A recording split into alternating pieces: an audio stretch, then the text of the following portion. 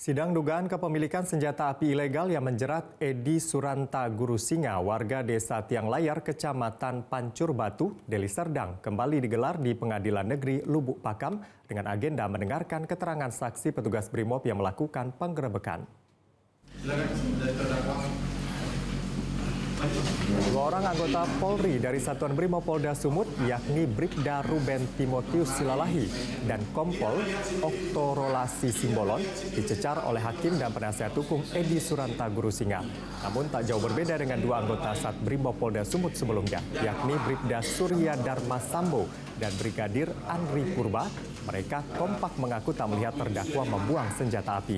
Menanggapi kesaksian dari keempat anggota BRIMOB tersebut, tim Penasihat Hukum Edi Suranta Gurusinga Suhandri Umar Tarigan menyebut kesaksian keempat anggota BRIMOB Polda Sumut tersebut jelas bertolak belakang dengan berita acara pemeriksaan atau BAP keempat saksi pada saat diperiksa oleh penyidik Satuan Reserse Kriminal Umum Polrestabes Medan. Sebelumnya, Edi Suranta Gurusinga alias Godol ditangkap di Desa Durinjanga, Dusun Pulau Sari, Kecamatan Pancur Batu, Deli Serdang pada Rabu 13 Maret 2023 lalu. Dari 21 orang yang diamankan di lokasi tersebut, hanya Godol yang diamankan hingga ditetapkan sebagai tersangka atas dugaan kepemilikan senjata api. Ya, pada saat saksi yang dua minggu lalu juga keterangan mereka berubah di keterangan di BAP juga tidak sesuai dengan keterangan di persidangan.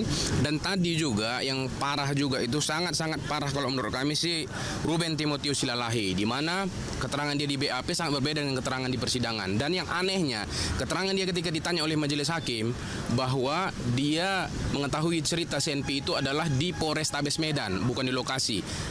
Kasusnya itu klien kami dituduh memiliki senjata api tanpa izin.